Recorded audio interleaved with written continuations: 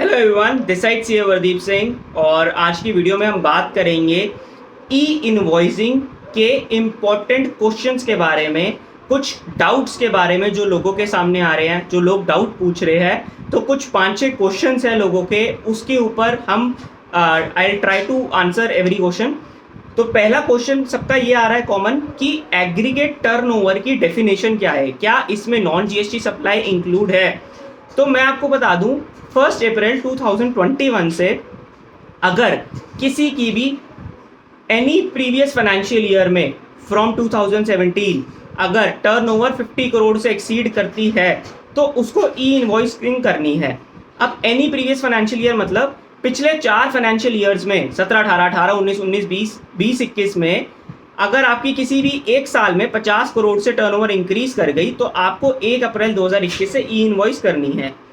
अब टर्नओवर कैसे कैलकुलेट होगी, तो टर्नओवर का फॉर्मूला इन्होंने डिफाइन करा है, taxable value plus nil rated supply plus exempt supply plus export whether on LUT whether with payment of taxes plus non GST supply. तो इसमें इंपॉर्टेंट जानने वाला ये है कि इसमें नॉन जीएसटी सप्लाई भी इंक्लूड कर दिया गया है।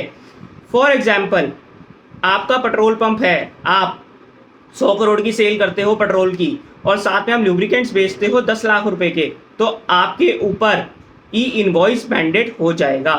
दूसरा क्वेश्चन, ये कौन कौन सी इनवॉइसेस के ऊपर करना है, तो इसका आंसर बहुत सिंपल है, B2B एक्सपोर्ट, B2B से रिलेटेड जो भी credit note debit note issue होते हैं रजिस्टर्ड सप्लायर को, उस पे बस इन 3 केसेस पे ही आपको ई इनवॉइसिंग मेजरली लगाना है। हेंस अगर आपकी एग्जेम्प्ट सेल है, आपकी नॉन जीएसटी सप्लाई है, तो आप एग्रीगेट टर्नओवर में तो आ जाएंगे, एप्लीकेबिलिटी तो आप पे लग जाएगी, मगर आपको ई इनवॉइस नहीं बनाना in case of exempt supply, in case अगर आप बिल ऑफ सप्लाई इशू करते हैं, इन केस ऑफ अगर आप कोई भी नॉन जीएसटी सप्लाई करते हैं। तीसरा क्वेश्चन, इन्होंने 6 सेक्टर्स बताए जिनके ऊपर जीएसटी नहीं लगता, उसमें से एक सेक्टर है जीटीए। मैं आपको 6 के 6 सेक्टर्स बता देता हूं। पहला एसईजेड यूनिट है, बट एसईजेड डेवलपर को एग्जेम्प्ट नहीं करा गया।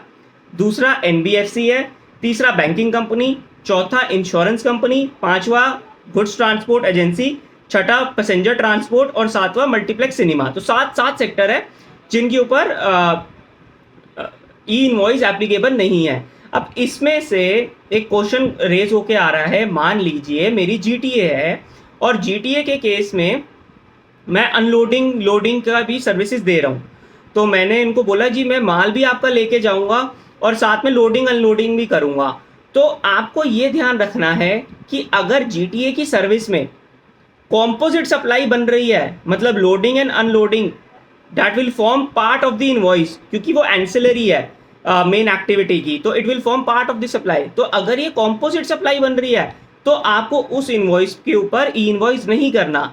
मगर अगर वो आपने एक सेपरेट कोई ट्रांजेक्शन कर रहे हैं, फॉर एग्जांपल मान लीजिए मैं मारुति का ट्रांसपोर्टर हूँ और मारुति ने मुझे बोला कि सर आप वेयर हाउसिंग भी कर ले हमारे स्पेयर पार्ट्स की, क्योंकि अभी कोविड के चक्कर में हम अपना वो वेयर हाउस ओपन नहीं कर पा रहा, तो आप अपने वेयर हाउसिंग कर लीजिए और वेयर हाउसिंग का बिल इशू कर दीजिए। तो warehousing is a separate transaction, कर जीटीए ही रहा है मगर warehousing is a separate transaction, तो वेयर हाउसिंग के ऊपर ई इनवॉइसिंग करना जरूरी हो जाएगा। मगर अगर कोई भी activity which is ancillary to GTA और उसका एक सेम इनवॉइस बन रहा है under composite supply, then in that case आपको ई इनवॉइस नहीं करना। चौथा क्वेश्चन इस पे आता है कि क्या ई इनवॉइस अमेंड हो सकता है, तो the answer is no, e invoice can only be cancelled and that too within 24 hours.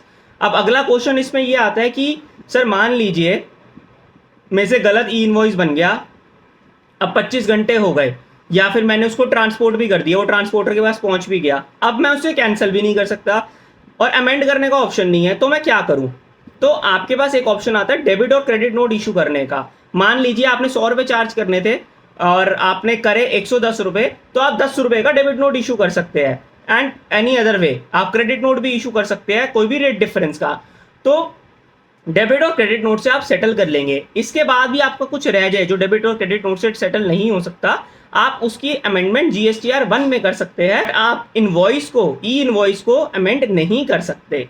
तो ये एक मेजर क्वेश्चंस थे जो ई इनवॉइस के ऊपर काफ़ी रिपीटेडली पूछे जा रहे थे मेरे से। तो I try to answer every question, और किसी और का क्वेश्चन कोई हो ई इनवॉइस के ऊपर वो बिल्कुल पूछ सकता है कमेंट बॉक्स में।